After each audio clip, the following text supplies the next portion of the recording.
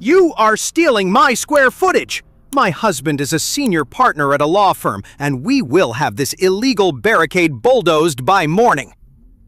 That was Susan, my charming next-door neighbor, screaming at me over a property line, aggressively shaking a half-empty iced matcha latte in my direction. She was absolutely convinced she was about to legally destroy me and take my land. Instead, her entitlement triggered a chain reaction that ended with her destroying her own $40,000 luxury patio, completely humiliating herself and legally losing a massive chunk of her own backyard. Let me back up. My name is David, and 2 years ago, I bought a beautiful mid-century fixer-upper in a quiet suburban cul-de-sac. It was my dream home. The only problem? It came with Susan. Susan was the neighborhood terror. She wore pristine white tennis skirts every day despite never setting foot on a court, drove a massive luxury SUV that she couldn't park, and treated the neighborhood like her own personal kingdom. For the first 6 months, I tried to be the good neighbor. When her off-leash golden doodle dug up my flower beds, I let it slide. When her teenage kids threw empty energy drink cans into my bushes, I just picked them up. But Susan didn't see kindness. She saw weakness. The breaking point was my backyard. My property was separated from Susan's by an ancient, rotting chain-link fence. Susan had built this massive, ostentatious outdoor entertainment area right up to the edge of the fence. We're talking a custom brick pizza oven, a massive sunken hot tub, and a pergola with fairy lights. It was beautiful. But she threw loud, obnoxious parties every single weekend, and her guests would literally lean on the rusty fence and stare into my living room windows. I value my privacy. So, I saved up $15,000 to rip out the chain link and build a gorgeous 8-foot-tall solid cedar privacy fence, a total visual and acoustic blockade. Before I even bought a single nail, I did it by the book. I paid a licensed county surveyor to come out, find the original iron pins buried in the dirt, and mark the exact legal property line with bright orange spray paint and wooden stakes. Once the line was marked, I hired a contractor, and the delivery trucks dropped off massive stacks of expensive premium cedar lumber right in my driveway. That's when Susan lost her mind. I was drinking my morning coffee when she marched up my driveway, completely ignoring the no trespassing sign, and started kicking my stacks of wood. I walked out, and she immediately went off. "What is this trash, David? You cannot build a wooden wall here. You are going to ruin the aesthetic flow of my outdoor kitchen. The ambient light for my pergola will be completely blocked." "Susan," I said politely, "it's a privacy fence. It's being built strictly on my side of the property line. The surveyor marked it yesterday." She pointed a perfectly manicured, trembling finger at the orange stakes. "Those stakes are wrong. You bribed someone. My property line extends at least 3 feet past this old fence. You are trying to steal my land." And then she made the most absurd demand I have ever heard. "I demand you cancel the contractors. And as compensation for the emotional distress you've caused me this morning, I expect you to leave this lumber here. My landscaper can use it to build me some raised planter boxes. It's the least you can do." I actually laughed out loud. I couldn't help it.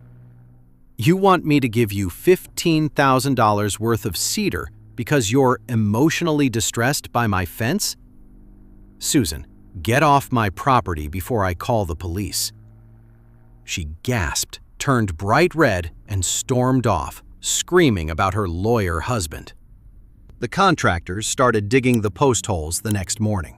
Susan stood on her patio for 6 hours glaring at them, holding her phone up and recording every shovel of dirt. By the time Friday rolled around, the heavy 8x8 wooden posts were cemented into the ground, and the structural horizontal rails were bolted in. All that was left for Monday was to nail up the vertical privacy panels. But Susan wasn't going to let that happen. She decided to take the law and power tools into her own hands. It was Saturday night. It had been raining heavily all afternoon, turning the ground near the fence line into a slick, muddy mess. I was sitting in my living room watching a movie when my phone buzzed. It was a motion alert from my backyard security camera. I opened the app. The night vision camera showed a figure dressed in a yellow plastic raincoat, trudging through the mud. It was Susan. And she wasn't alone. She was dragging a heavy-duty industrial reciprocating saw attached to a massive orange extension cord. She had decided that if the fence was on her land, she had the right to cut it down. She walked up to the thickest, heaviest corner post, which was positioned right next to her sunken hot tub. Now, you have to understand the physics here. These posts were holding up hundreds of pounds of wet, heavy lumber. They were under tension. You don't just cut a structural support without knowing what you're doing. I grabbed my jacket and stepped out onto my back porch into the rain, completely silent. I just stood there and watched. Susan flipped the switch on the saw. The screeching sound of metal tearing through wet cedar echoed across the neighborhood. She was struggling, slipping in the mud in her expensive rain boots, but she was determined. She cut through a quarter of the post, then half. She was screaming over the noise of the saw. "Take that, you selfish jerk! This is my property!" And then, physics took over. Snap! The thick wooden post didn't just fall. It violently kicked out under the massive weight of the attached rails.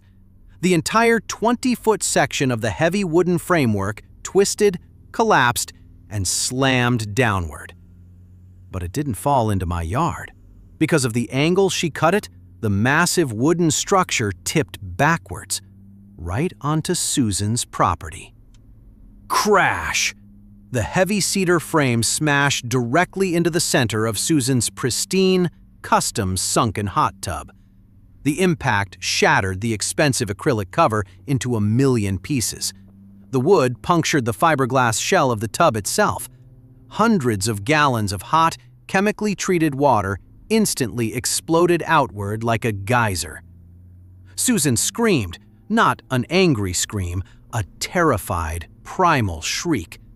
The wave of hot water hit the muddy slope, completely washing her feet out from under her. She went airborne. Her saw flew out of her hands and she landed face first in a massive puddle of freezing mud and hot tub water. She slid down the slope, completely ruining her yellow raincoat and coating her hair in thick brown sludge. I finally walked over to the edge of the property line and shined a high-powered flashlight right on her. She was sitting in the mud, spitting out dirty water, looking like a swamp monster. Her beautiful hot tub was destroyed. Water was flooding her expensive brick patio. She wiped the mud out of her eyes and glared at me. "Look what you did! Your cheap, illegal fence destroyed my hot tub. You are buying me a new one. This is going to cost you $20,000.